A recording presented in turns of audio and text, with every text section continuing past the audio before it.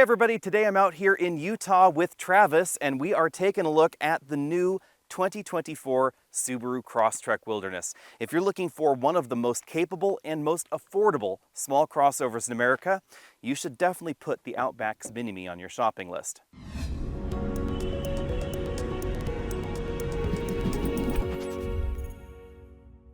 If you haven't met Travis before, he's going to be running our EV Buyer's Guide channel. Everybody say hi to Travis. Hey everyone.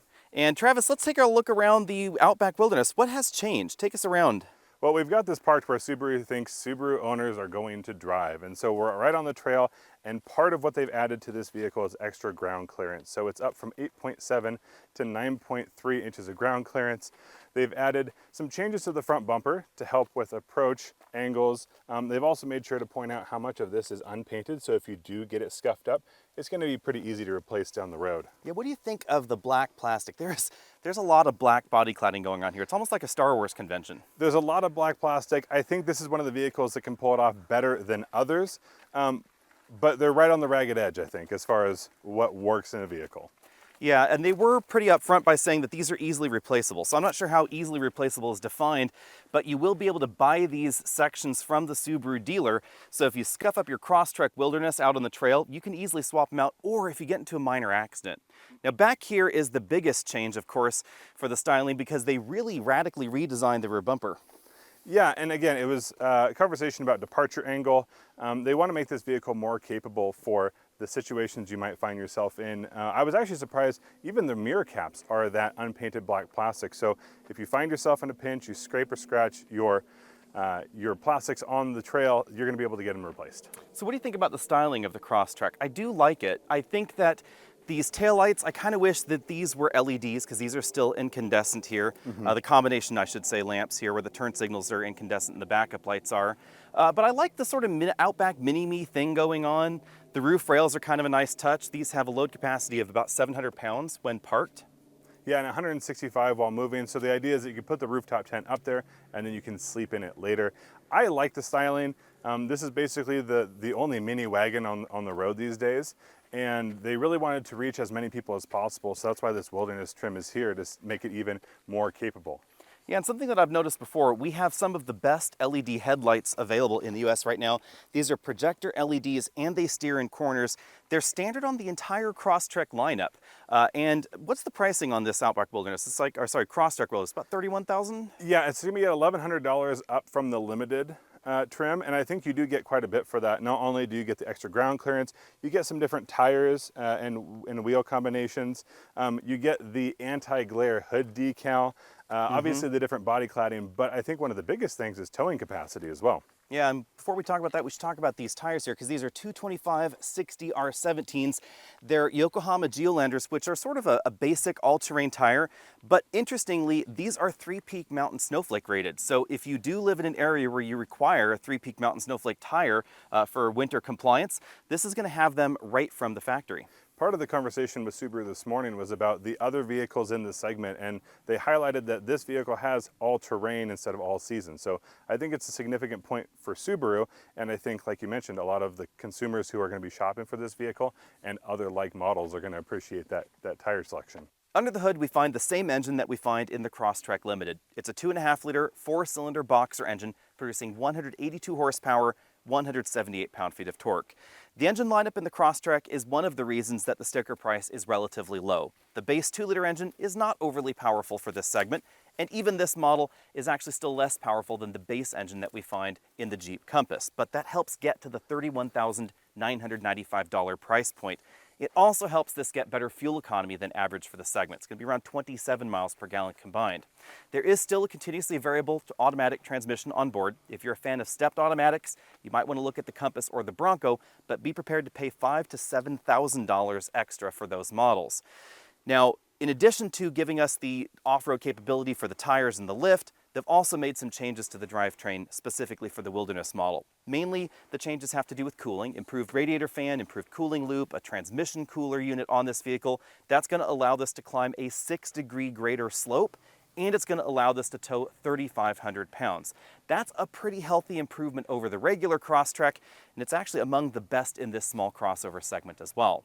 Now we should talk about ground clearance. Where does it come in, Travis? So Subaru talked about the overall design of the suspension being very similar to the previous model, but essentially everything has moved up. So where you're going to find most of that is going to be here in the wheel well. You'll notice that increase from 8.7 to 9.3.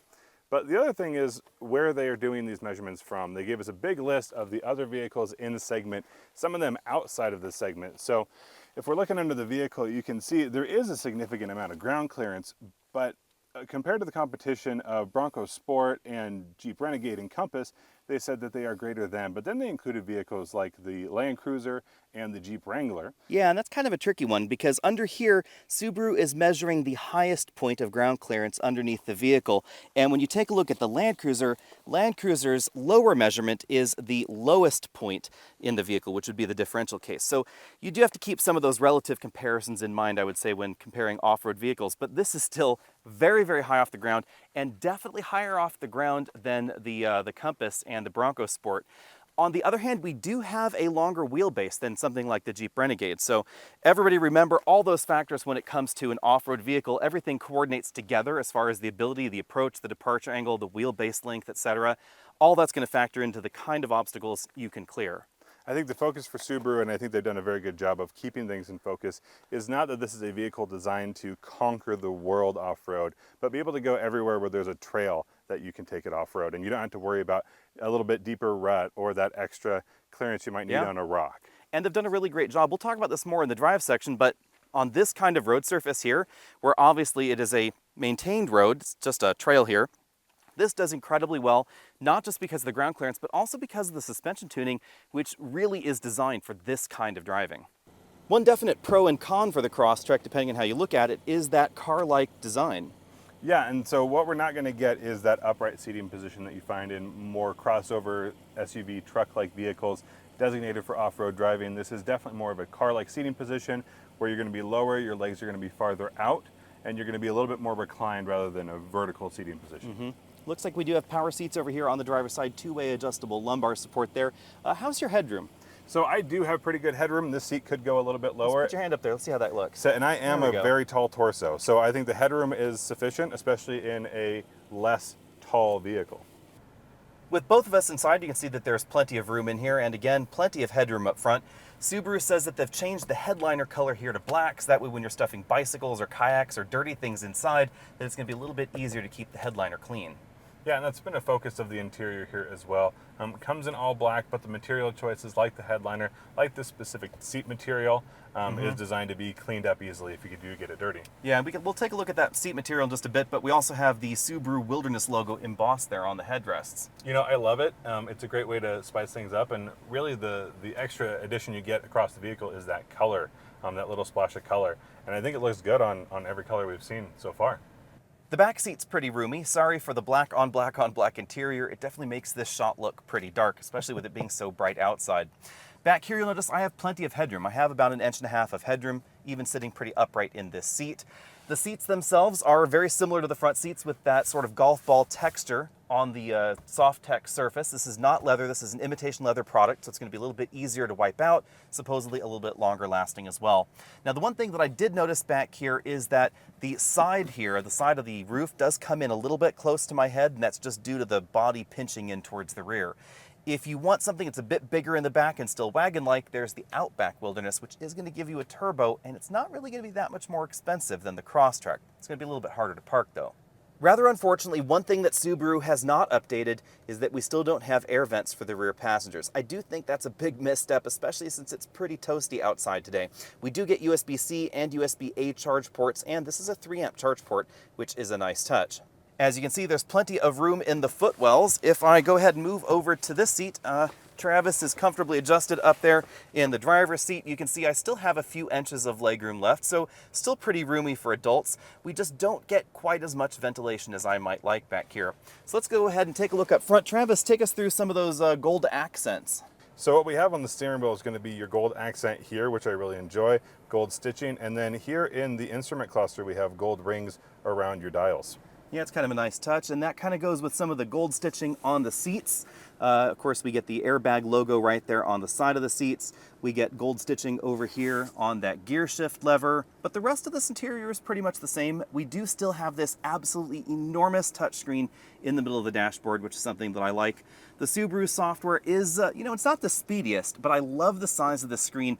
I also love the fact that practically every Crosstrek will have this. Yeah, and I think Subaru continues to go for function over extra. And so I think things like your heated seats come standard. That's a functional piece for most Subaru owners.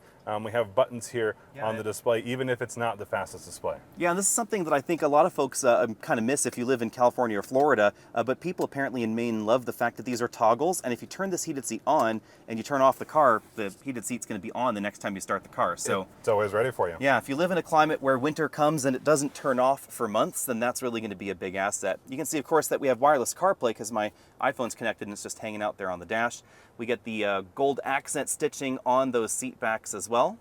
Here's a closer look at the Softex upholstery. You can see that it mirrors that hexagonal theme that we have on the front of the vehicle around the fog lights, etc. One interesting touch, no Wilderness logo on the rear seat headrests.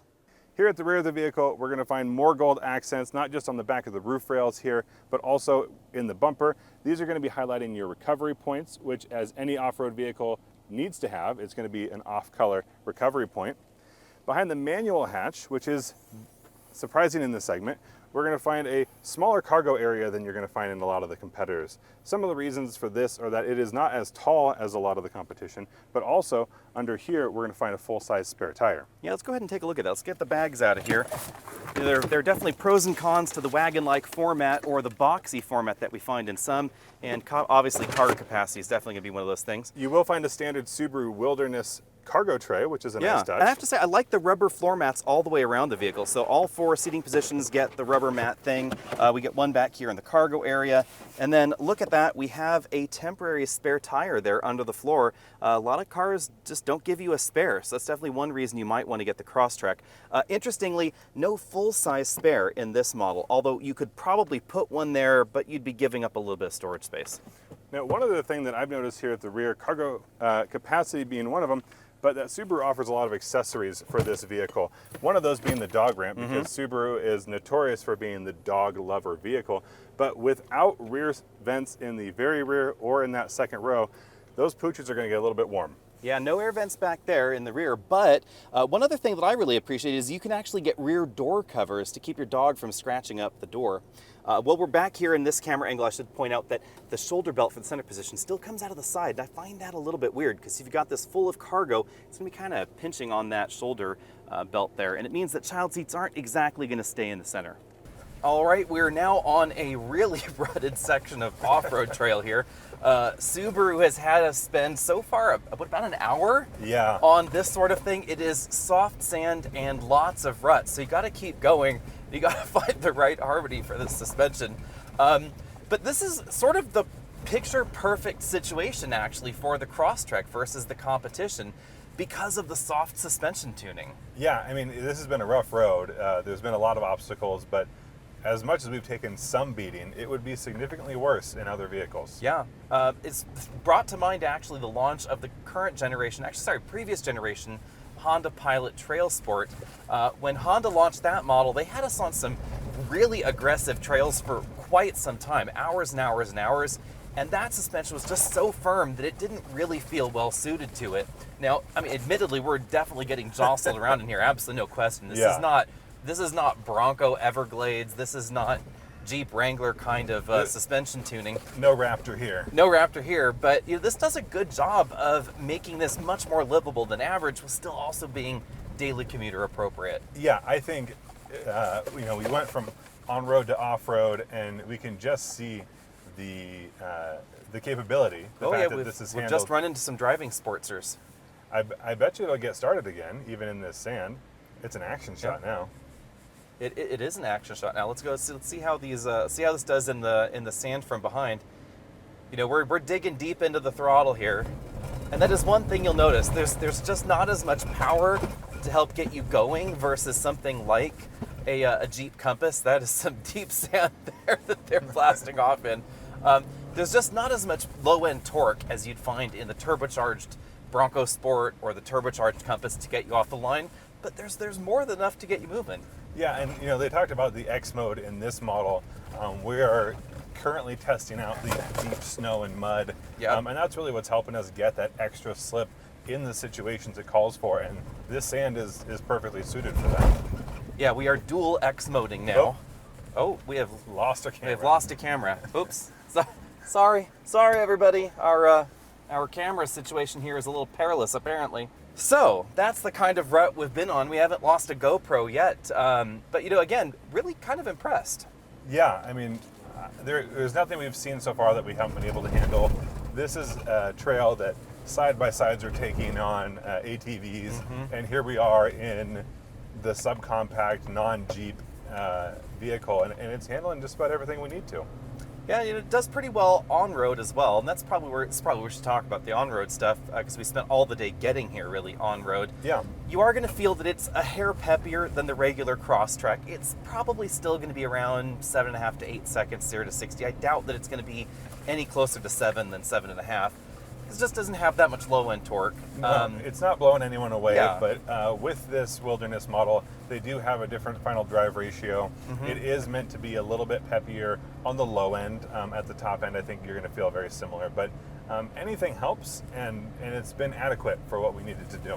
Yeah, I did notice that in these deeper sand sections, I really have to use the manual transmission mode to get it to really raise the RPMs up. So we have enough torque to continue through the sand.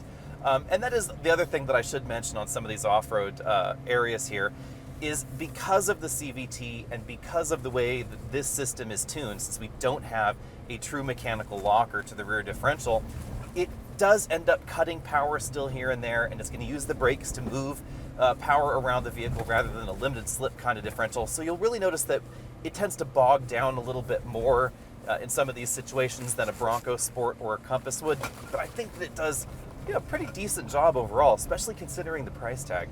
It's been working through the obstacles, right? It's been working through the sand, but the technology, the communications between the transmission, the engine, and the traction control and the braking systems, they're working exactly how they're supposed to. And I think that's the thing. This is capable of doing the things that you need it to do. Yeah, and that is the one thing that you will get in the other two off-road entries in this segment. The Jeep and the Bronco Sport that we keep talking about, they have regular stepped automatics. But you will also find stepped automatics now finally in some of the other entries, like the Hyundai Kona coming up here. and the Seltos. Oh yeah, definitely some ruts. Here we go. So these are definitely some deep ruts up here. This is where you're going to notice the ground clearance in this. Of course, we're going to straddle the ruts just so we make sure we don't get stuck and we don't have to get pulled out by the forest or wilderness that's coming behind us. But stepped automatic transmissions are happening actually a little bit more frequently in this segment, but CVTs are still the norm. You're definitely going to find them in most versions of the competition. For off-road duty, though, I do kind of wish they had swapped in, a stepped automatic. I know we keep saying it, but you're certainly going to notice the ground clearance out on these trails. But again, keep in mind that we're talking about centerline ground clearance in this. If you actually measure the suspension arms in the back, especially to the ground, it's really only going to be maybe about 6.5, 7 inches or so. So if you are off-roading in a vehicle like this, just as you'll notice in a Grand Cherokee when it has its air suspension inflated all the way, they're talking about centerline ground clearance as well there. You need to make sure that you're charting exactly the right line on these off-road courses, because you can get high-centered even in a vehicle like this. If you go a little bit too far off, if you're just a little bit too close to that suspension arm there, you can be in a situation you don't want to be in. But it does pretty well, even if we just slow this down deliberately so we can really see how the suspension motions are working. It's something that I've commented actually before. Some outlets, they bomb through everything, especially when driving some lower end trim Subarus. Someone out there will be like, I can do anything, you can just bomb through it. And you know what, you can bomb through a lot, but what's different about this is that you don't have to bomb through these. We get the extra traction from these all-terrain tires, we get that improved software functionality. I think it all comes together really nicely. I think these tires have been fantastic in these conditions as well, especially the sand. But like you said, it may not be high-end torque. It's not going to launch us off the line. Yeah. But there's plenty going on in this system to keep us crawling at a reasonable pace. And they mentioned that they improved the cooling, which means that we can continue crawling for even longer without running into any issues. Yeah, and if I just to explain why I'm all of a sudden zigzagging, I haven't just had too much to drink for lunch, but I'm deliberately, you can actually get a wheel off the ground here and there. They haven't changed the wheel articulation too much. Everything has basically been moved up, so we don't get extra motion in the suspension, but we actually already had a reasonable amount in this generation of the Crosstrek, since this is the first generation of the Crosstrek to be designed from the ground up with the Wilderness trim in mind. You know, I guess we should talk about fuel economy. Yeah. Bearing in mind what we've been doing. Which has been far from efficient. Yes, we have been far from efficient. 17.5 miles per gallon. I am actually surprised about that because in our daily driving at home with the Crosstrek, it is really quite efficient. We're at 7,000 feet and been trudging through snow though, or not snow, sand. So and lots of air conditioning and yeah. So pretty rational. This is the kind of vehicle though where it's definitely going to be consuming a lot less fuel than something that's much more aggressive off-roady. Any way you slice it, 17 is actually fantastic for the kind of work that we've been doing here. If you were to have a real Bronco or a real Jeep Wrangler, you struggle to get that in regular driving. Yeah, you might get that out on the highway if you were going 55. 6.4, we are turning right onto the paved road. We are turning right, and we can DX mode ourselves, and then talk about sort of the on-road things. Are we DX'd yet? Okay, we are auto DX'd. There we go. You know, 60 takes a while. There are those imitation shifts. You can paddle it if you want to paddle it. But I will say the nice thing about the lighter curb weight is this doesn't have to be as soft as it would need to be if it was heavy. So it's like, you waggle the steering wheel. There's definitely some, boat-like thing going on there, but it's not egregious. I think it's all well sorted. Well, and that's what allowed us to get through there with all organs intact. Yeah. Is just that suspension. And so when you're trying to find that balance, it happens with a lot of off-road vehicles. I'll use a little bit of an air quote there, but the on-road ride as far as comfort is usually quite high. It's just the performance in the corners and the body roll that you start to run into issues. And so I think this is pretty well sorted. Yeah, there are compromises everywhere. So if you really aren't going to be spending that much time at the off-road park or at the trailhead or trying to find something at the national park, I would argue that you probably should get the Crosstrek Limited. It's going to be lower to the ground. It's going to handle better on your daily commute. It's going to be a little bit more fuel efficient. It's going to be a little bit less expensive depending on the options that you want to put on it. But if you want to take things to that next level, then this is really going to be a solid option. So on this incline, Subaru is really trying to show off the X mode system. Again, not a mechanical limited slip differential system. So as this front tire gets in the hole, you'll notice rear tire goes off the ground, tires start spinning, software has to sort things out, and you keep digging on the throttle. Keep coming, Travis. And eventually, are we gonna do it? Are we gonna do it?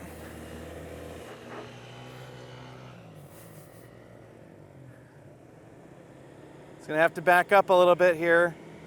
See how it goes. See, if this had been a mechanical limited slip function, it would have really moved the traction along. Let's see how it goes, okay?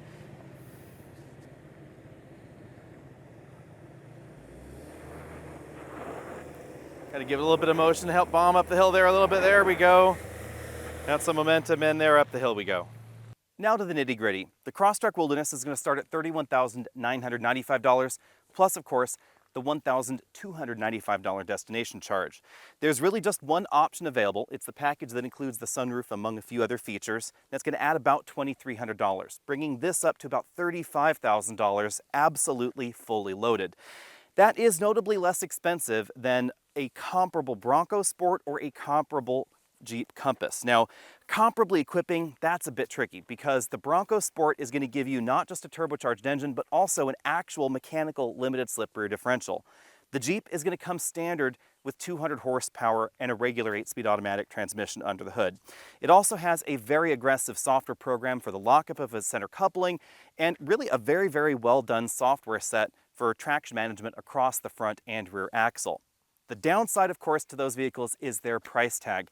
Of course, the other downside to the Jeep Compass has been its habitual unreliability in all the reliability rankings, so that's certainly going to be a factor if you're shopping this against the Jeep Compass. The Compass, on the other hand, does give you a slightly more accommodating interior. I also think it looks really good, and it has a big cargo area in the back. All of that is because it just has a boxier profile. Of course, if boxy is your thing, nothing is as boxy as the Bronco Sport. That Bronco Sport has a really huge bubble on the back, and that's why a lot of folks think that it's actually bigger than an Escape. It really isn't. It's just that the Space is packaged better than an Escape. So in my book, it's actually still better than the Escape. It is, however, going to be significantly more expensive than this if you want all those off-road capable components. The kind of off-roading you're actually doing and how much you want those snazzy features is going to determine which vehicle is right for you. The Compass, of course, has a big full LCD instrument cluster. That's a really cool touch. But again, unreliability. It is a little bit peppier thanks to its turbo and a bit more normal feeling because of its 8-speed automatic transmission, but this comes across as, I think, better rounded, interestingly. The relatively soft suspension for this segment is certainly my preference. I live out in the country, and the combination of soft suspension and light curb weight means that this still handles pretty well. Not as well as some, mind you, but it still handles pretty well, and it's going to be very comfortable on road surfaces like the one that we're on. And I live on a gravel road right like this. So for me, this is going to be a very comfortable option, and it's significantly less expensive, which is another big reason to get the Crosstrek. Let me know what you think about that down there in the comment section. Yes, the ground clearance is better in the Crosstrek Wilderness than the Bronco Sport, but if I were really looking for a vehicle that I was going to take off-road on a regular basis and I really wanted the most capability possible, I would probably get the Bronco Sport, mainly thanks to its trick rear axle, the ability of its system to send even more power to the rear, and the excellent software systems that Ford has with that Bronco Sport. Now, the LCDs in the dash, they're a little bit smaller than this one, so it's not going to feel quite as nice. The dashboard plastics definitely don't feel quite as premium, and the price tag is definitely going to be a lot higher. Now, while I'm talking pricing, before we go, I should mention that you want to take a look at out-the-door pricing, because right now Jeep is having a 15% off across-the-board deal going on the Compass. That really does lower the price a little bit closer to the Crosstrek. Any way you slice it, though, I think the Subaru is going to be less expensive. Be sure and stay tuned, because hopefully we'll have a full review of this just as soon as we can get it back at home, or of course Travis can get it up there in the Pacific Northwest. So hit that subscribe button if you haven't already done so, and stay tuned, because we'll see you later.